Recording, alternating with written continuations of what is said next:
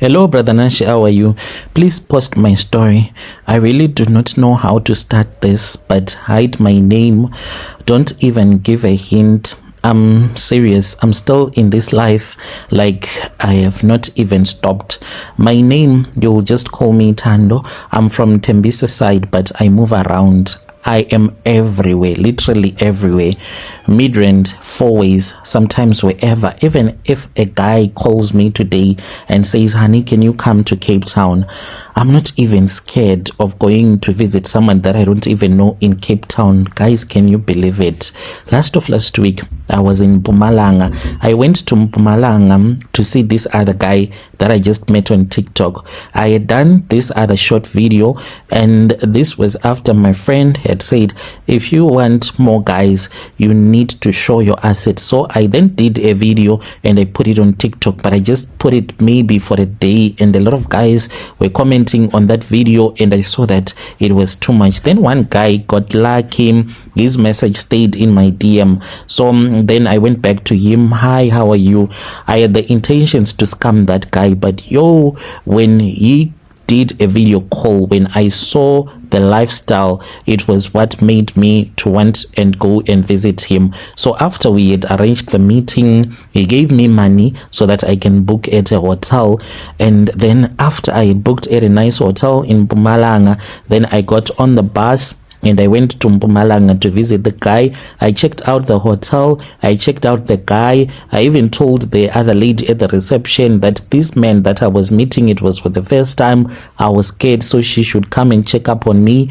I ended up giving her money. So I am talking about a lifestyle that I'm still living, meeting guys that I don't even know on social media. So moving from Tembisa going to Mpumalanga, then I spent 3 days with that guy because I was with him from Friday, Saturday, Sunday. Then we checked out. It was early morning Monday because he said that he was going to this other site where he was supposed to go and work. So he gave me money after booking and giving me money for food. He gave me 2,800. I don't think it is too bad.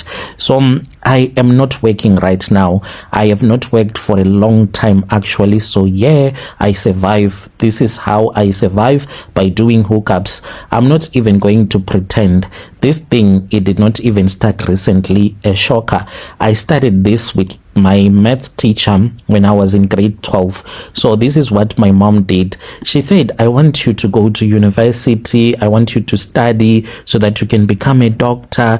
And then there was this other man at school. He was one of our teacher, but he was not teaching me. He was teaching another class, but he was teaching grade 12s as well as 11s. So my mom went to him and said, sir, I have my daughter. She is getting left behind and she is good with other subjects, but the maths, she is not so good with it. This is where I want her to be. So then the maths teacher said, okay, there is no problem. I would stay behind.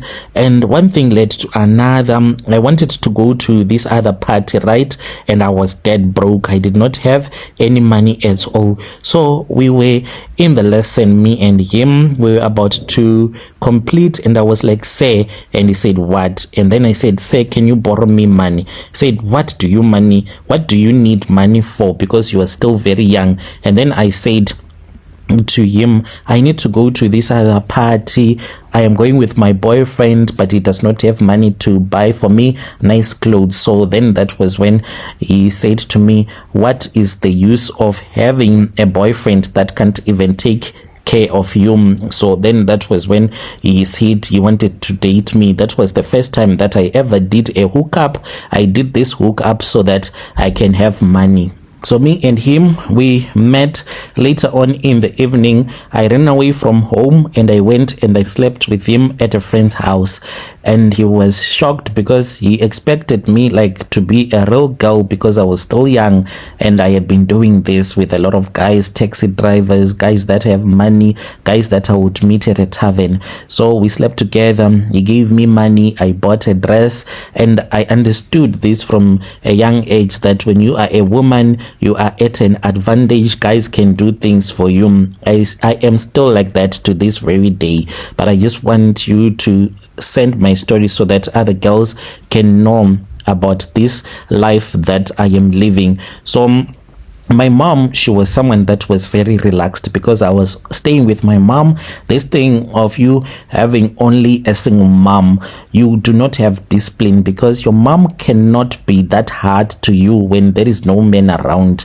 At least maybe if there is a stepdad, when he says don't do this, when he shouts at you, maybe you will get scared as a child and you won't keep on doing the things that you have been told not to do. So my mom, she was strict, but she was a single mom. Sometimes she would not sleep at home and I would do whatever. And my mom, she loved us quite a lot because she thought that the love that she was giving to us, spoiling us, this was genuine real love, but she was just spoiling her kids to be crybabies. So even if I would not read, my mom will say it is okay, you will get another job.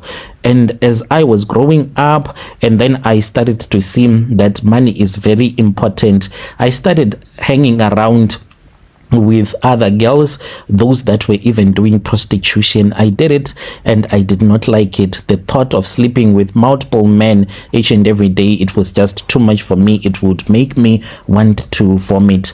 After matric, did not go to varsity, no money, no support, a baby there. I stayed at home doing nothing. Then one of my friend, Lerato, she took me out one night. She said, come on, I want you to meet this other guy. She did not tell me that this guy was a Nigerian. So this Nigerian man, he ended up telling me that if I want to make money, I should do like prostitution on social media. A lot of ladies, if you see someone who likes to take pictures and then they are showing their nyash, just know that the woman, she is doing secret prostitution. She wants to pretend as if she is someone that is not into prostitution, but deep down she is wanting to show other men that this is where I am, you can book me and we can hook up, even though she can be rude to you if you come to your inbox. But I bet you she would have checked your profile, and if she sees that you are just a poor guy, probably who would want to ask for some nudes, then know that the girl will never respond to such a guy. So the advice that I was given by that Nigerian man, it made me to think about life and how much money I could make. So he gave me money, and I saw that the money that he had given me, it was a lot, and he even told me to start doing it, and he showed me how to take videos that would make men want to hook up with me. After that, it really did not even feel wrong anymore, like prostitution where you pretend as if you are dating a guy but you are just prostituting yourself to him. And if you are dating a girl right now, just check if she asks for money. If you say that I want to see you tonight, then she say please buy me something, then you know that you are dating a prostitute. If she is always demanding money unnecessarily, even though as a woman you need to be taken care of, but once you see that a woman, she can't sleep with you, before she would have said my hairstyle, I need to change, I need money for lunch, then know that you are just dating a prostitute. And it was so easy on social media. I started meeting men. I would go out with those men, meeting different men. Some were respectful, some were not. So I thought that I was safe, because usually when you meet a man on social media, they are thinking about a long time relationship. They don't believe it in their heart that there is a possibility that the same way that you are dating them, you have dated and slept with other people that are commenting on your pictures. So a guy would just think that I'm so lucky, I am with this girl, even if she demands money, I'm going to show her that I can take good care of her.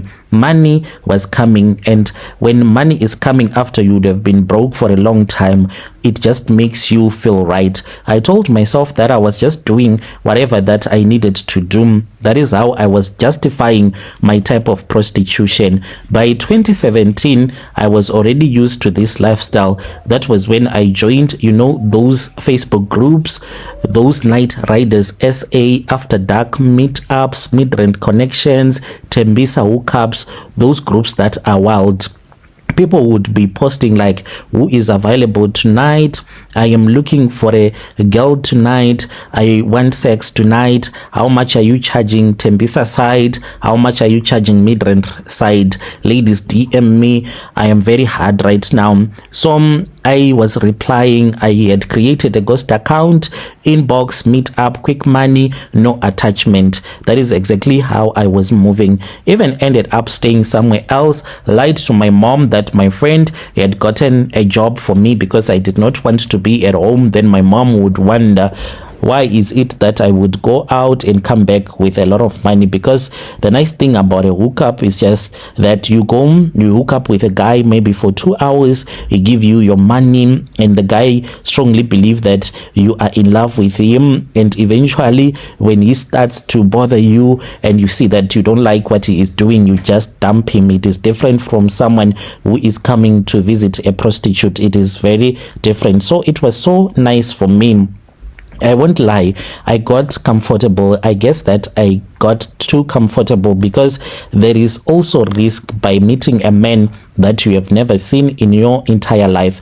I was not even thinking about long term. I was thinking about getting my lashes done, going to the next party, and sponsoring alcohol for myself so that I can attract guys that had money. So it was just day to day. If I needed money, I would post on those Tembisa hookup groups, go out. If I'm bored, I go out. If I'm stressed, I go out. This was my life. One night I was scrolling late. It was around 11 or 12 midnight. Then I saw this post. It was simple. Midrand looking for company. Is there anyone that is still awake even tonight? So this person was anonymous, no picture, nothing. I don't know why, what made me to comment, because usually I would want to see the person first, view his profile. If someone was using a ghost, it was a no for me. I would prefer to be with a guy who was married, who had a family. You will know that the person is not going to hijack you and kill you. These guys that came with ghost accounts, I was scared of them. So I then went and I said, please inbox me. And he replied very fast. Since it was so late at night, he did not speak with other girls, I guess. So we started to talk, and then we started to get into my panties. Hey, I want you now, and if you are ready, let us meet like now. And he asked me, where are you? I told him Tembisa side, and I asked him if he can come, if he had money. It was just pure flirting, and we were having this heavy sexual talk. And then he told me that since it was late, maybe he could come the next day. But brother, I wanted money. I said, if you do not want this, then forget about it. He then came and he picked me up. He was driving a nice Mercedes, and we drove to Midrand. When we arrived at his house, then we got into his house. He was around maybe late 30s. He was someone that was so nice, and we started kissing and touching. The money that we had agreed upon, he had already given it to me, and I had left it back home. So when we were inside his house, we started to make love, and as we were making love, then he got off from on top of me, and he said that he just wanted to sleep. And I was like, this guy, what kind of a man does this? He slept with me maybe for about 5 minutes. He's still okay. His thing is still hard. And now he's telling me that he just wants to relax for a couple of minutes. I said, oh, okay. He is paid for it. Let him do whatever that he wants with it. So as we were relaxing, then he gave me some juice to drink, and he said, I want you to drink this juice. It was like he was forcing me now. Even the way that he was speaking to me, he had totally changed.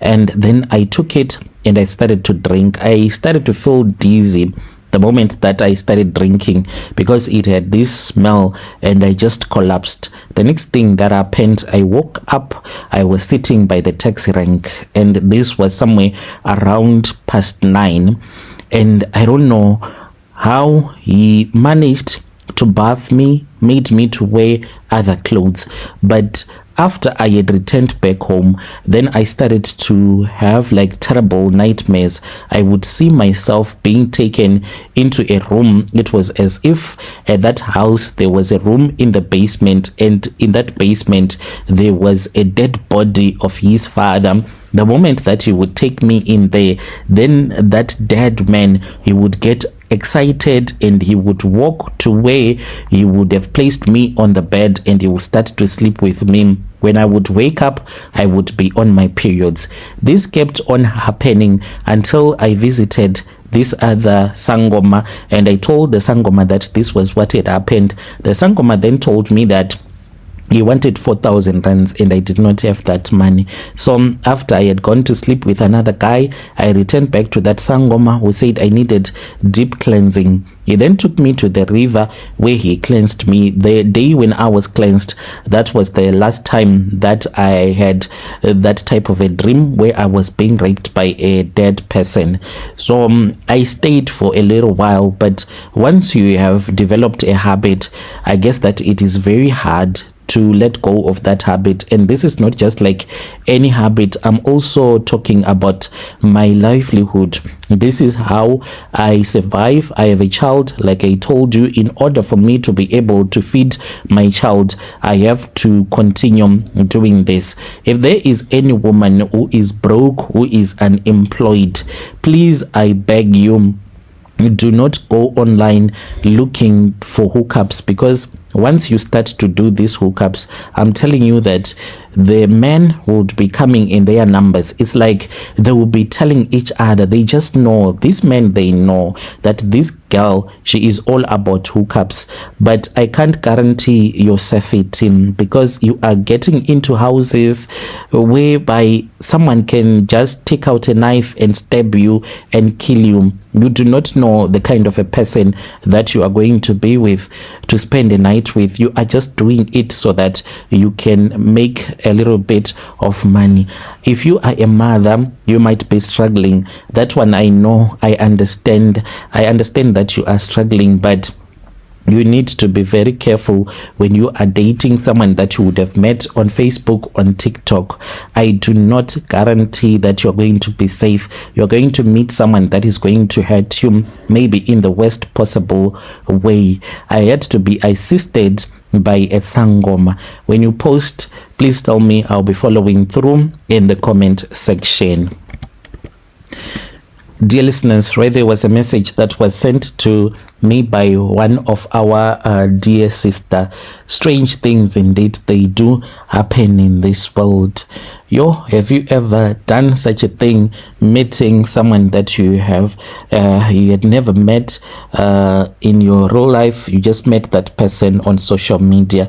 If so, you can come to my inbox and then you share with us your side of the story. I'll be back with another episode.